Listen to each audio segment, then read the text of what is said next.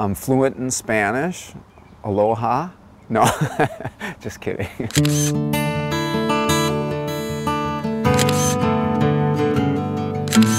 My mom is 100% Mexican, so that makes me about half Mexican, and I think a lot of people don't know that or would look at me and would never guess that. I grew up in St. Paul. We've got 5 kids in our family. We've got 2 sisters and 2 brothers. I had a great childhood, a great upbringing. We played a lot. We picked on each other a lot.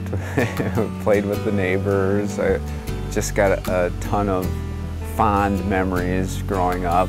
You hear about families that have a variety of different dysfunctions and stuff like that, and just kind of realize, I guess I realize how lucky I am. I guess I was squirrely.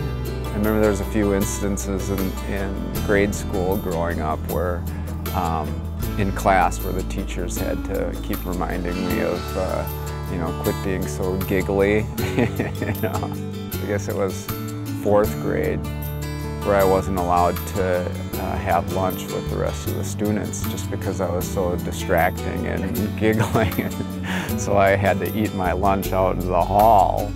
And of course I had a good view of the other students, so that didn't stop me from, distracting. Said it was built in 1999. It'll take about 30 seconds to get their gear on. They'll hop in. I got basically 2 positions on the fire department. One is the full-time position and one is on the volunteer side of the fire department. Being on the ambulance is, I think, one of the best parts of being on the job, and I really like interacting personally with people. There can be 20 minutes of great,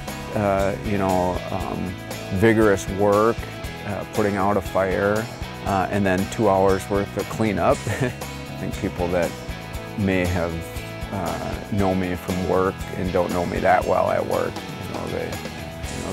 they may think during my off time I'm very stiff and professional.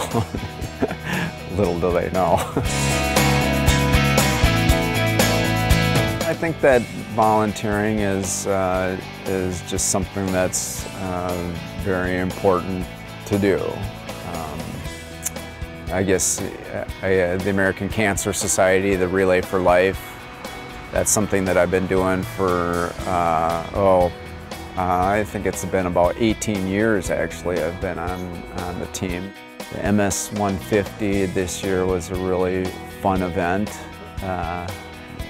Firefighter Paul Munns has multiple sclerosis, and I just thought it would be a good way to honor him and help him to understand that he has support and people that support him. And it was a fun event, and our team raised a lot of money for the MS Society, and we rode our bikes 150 miles from Duluth to White Bear Lake, and I can't say that there wasn't times that it wasn't painful, but I can tell you when we got to the finish line on that rainy Sunday afternoon, it was a big feeling of accomplishment.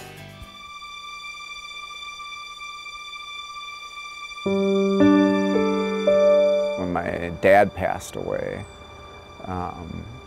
that was pretty tough on me. It was, him and I were pretty close. Our whole family was really close. When they opened him up, it was clear that there was much more cancer, originally the thought was that he may be around for another 2 or 3 months or so, but he was involved in some trials and that sort of thing, and he lived for another couple of years, and so I'm thankful for that. I think there's a lot of things that have helped me to be a better paramedic, and that's definitely one of them. My dad going through his cancer treatments and seeing him interact with other healthcare professionals.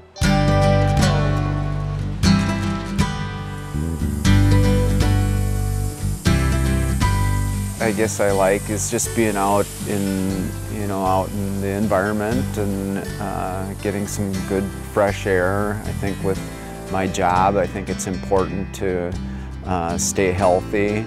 I'm not big like a bodybuilder, of course, but I think that I think I'm in pretty good shape, and I think those things are things that help me to keep in shape and keep in shape mentally too.